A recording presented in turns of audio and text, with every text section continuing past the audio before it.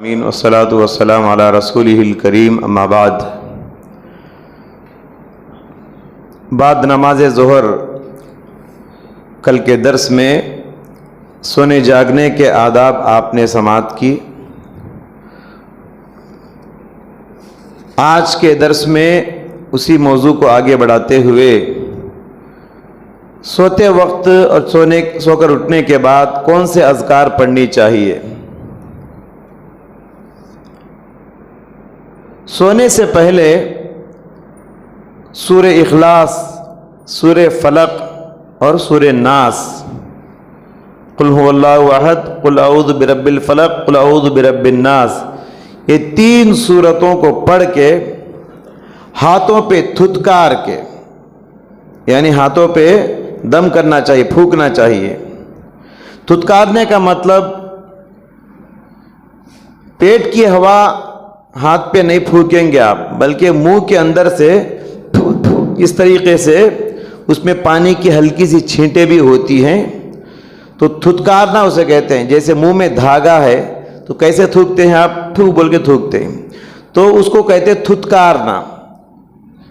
پھونکنا الگ ہے، تھتکارنا الگ ہے۔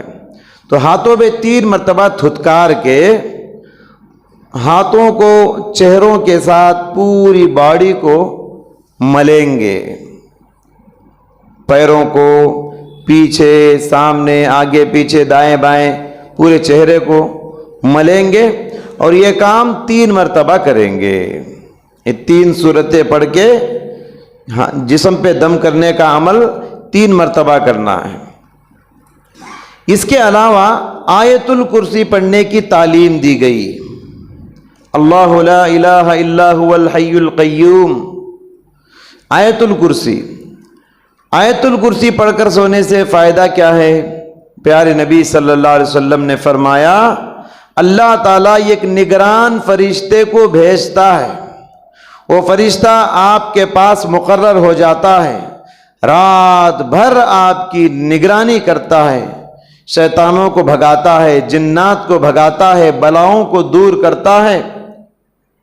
تو آیت الکرسی پڑھ کر سونے سے رات بھر آپ کی حفاظت ہوتی ہے، آپ کی نگرانی ہوتی ہے۔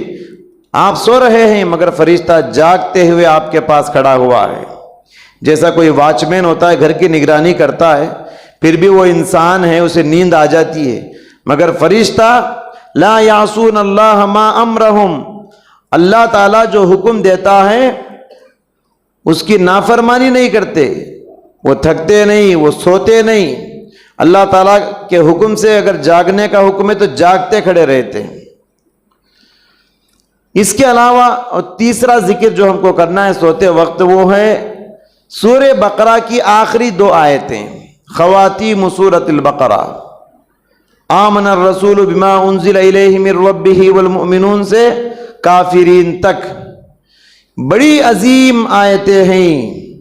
یہ 2 آیتیں پڑھ کر جو بندہ سوتا ہے اس رات شیطان کہتا ہے، پیارے نبی نے فرمایا 2 آیتیں جو بندہ پڑھ کر سوتا ہے اس رات شیطان کہتا ہے، آج میں اس بندے کا کوئی بگاڑ نہیں سکتا، کیونکہ یہ آمن الرسول پڑھ کے سو رہا ہے۔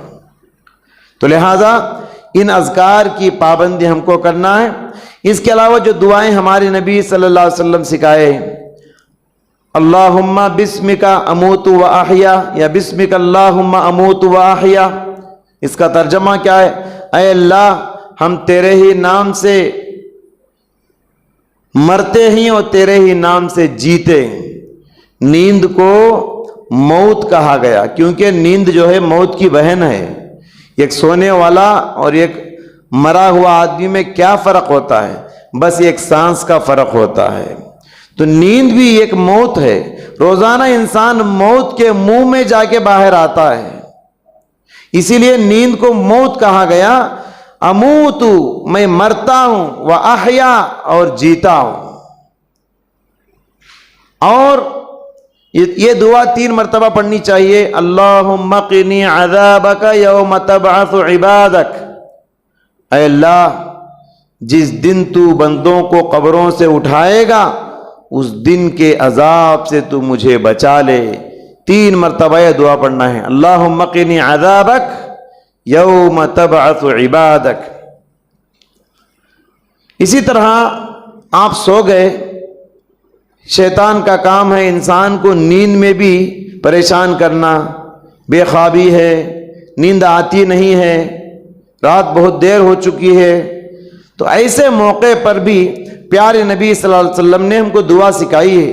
رات میں کوئی گھبراہٹ ہو، پریشانی ہو، بے خوابی ہو، نیند نہ آتی ہو، تو کہا یہ دعا پڑھ لو. اعوذ بکلمات اللہ التامات من غضبہ وعقابہ وشر عبادہ ومن ہمزات الشیاطین وان یحضرون. ترجمہ: میں اللہ کے مکمل کلمات کی پناہ میں آتا ہوں، اللہ کے غصے سے، اللہ کے عذاب سے، اللہ کے بندوں کی شرارتوں سے، شیطان کے وسوسوں سے اور شیطان کی حاضری سے. کیونکہ نیند میں بھی شیطان حاضر ہو کے بندوں کو پریشان کرتا ہے، نیند آتی نہیں شیطان کی وجہ سے. تو اگر رات میں بے خوابی ہے، نیند آتی نہیں ہے، تو اس دعا کو پڑھنے سے انشاءاللہ آپ کی یہ پریشانی دور ہو جائے گی. نیند سے بیدار ہونے کے بعد، سو کر اٹھنے کے بعد کی دعا پڑھنا چاہیے. الحمدللہ الذی احیانا بعدما اماتنا والیہ النشور.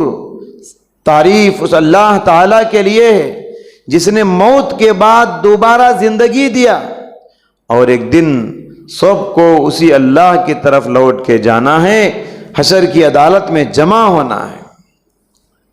یہ بڑی پیاری دعا ہے. اسی طریقے سے اللہ کے نبی صلی اللہ علیہ وسلم کی سو کر اٹھنے کے بعد یہ تعلیم ہے، سو کر اٹھنے کے بعد ہمارے ہاتھ کو ڈائریکٹ پانی کے برتن میں نہیں ڈالنا چاہیے. کوئی بکیٹ ہے، کوئی پانی کا ٹب ہے، پورے پانی میں ہاتھ نہیں ڈالنا. کیوں؟ پیارے نبی نے فرمایا لا تدری این باتت یدہ. تم نہیں جانتے کہ رات میں تمہارے ہاتھ نے کہاں گزارا. انسان رات میں کہاں کھجاتا ہے، کہاں ہاتھ چلا جاتا ہے، معلوم نہیں.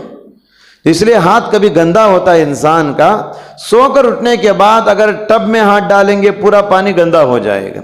اس لیے تعلیم یہ ہے پہلے جگ سے کسی سے پانی کو ہاتھ سے دھو لے. آج تو نل کا زمانہ ہے، پہلے دونوں ہاتھوں کو دھو لینا چاہیے. سو کر اٹھتے ہی کسی سے ملاقات کرنا یا کوئی چیز پکڑنا یا کسی پانی میں ہاتھ ڈالنا یہ اچھی بات نہیں ہے. اور اسی طریقے سے سو کر اٹھنے کے بعد یہ بھی پیارے نبی کی تعلیم ہے، ناک 3 مرتبہ زور سے جھاڑنا چاہیے. جیسے وضو کا پانی چڑھا کے زور سے ہوا نکالتے ہیں، ناک جھاڑتے ہیں نا، سو کر اٹھتے ہی یہ بھی کرنا چاہیے، 3 مرتبہ ناک کو جھاڑنا چاہیے، زور سے ہوا نکالنا چاہیے. کیوں؟ کہا فَإِنَّ الشَّيْطَانَ يَبِيتُ فِي خَيْشُومِهِ. اس لیے کہ رات گزارتا ہے شیطان تمہاری ناک میں. شیطان ناک میں رات گزارتا ہے، اس لیے سو کر اٹھنے کے بعد پہلے اس شیطان کو اس ناک سے باہر کرو. 3 مرتبہ یہ عمل کریں گے تو شیطان نکل کے باہر چلا جائے گا. تو بہرحال یہ کچھ آداب ہیں سونے اور جاگنے کے. ان آداب پر ہم کو عمل کرنا چاہیے، تبھی ہماری نیند بھی عبادت ہو جائے گی. جیسے جاگتے ہوئے ہم عبادت کرتے ہیں نا، ان اذکار کی، ان آداب کی اگر پابندی آپ کریں گے، یاد رکھیے، یقین کے ساتھ کہتا ہوں، ہماری نیند بھی رات بھر عبادت کرنے کا برابر اجر دے گی. نیند بھی آپ کو ثواب میں، نیند کے ذریعے سے بھی اللہ آپ کو ثواب دے گا.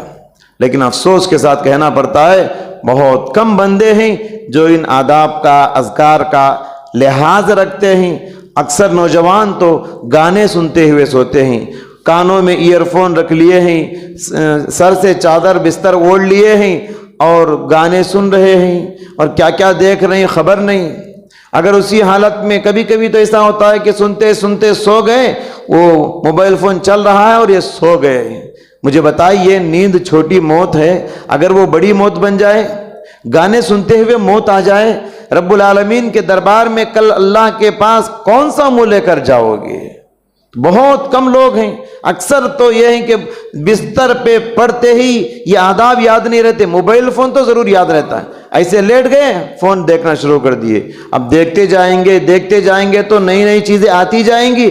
اب انسان صبح سے تھکا ماندہ اور دیکھتے دیکھتے تھک جائے گا, نیند آ جائے گی, لڑک جائے گا اور وہ دعائیں وغیرہ پابندی نہیں کرے گا. لہٰذا ان دعاؤں کی پابندی کر کے سو جانا چاہیے, کیونکہ ہم مسلمان ہیں. میں نے کل کہا کہ ہماری نیند میں, ہمارے سونے جاگنے میں اور یہ غیر مسلم کے سونے جاگنے میں بڑا فرق ہوتا ہے. ان اذکار کی پابندی کر کے آپ سوئیں گے, آپ کی نیند بھی عبادت بن جائے گی. اللہ ہم سب کو ان اذکار کا پابند بنائے, آمین. وآخر دعوانا الحمدللہ رب العالمین.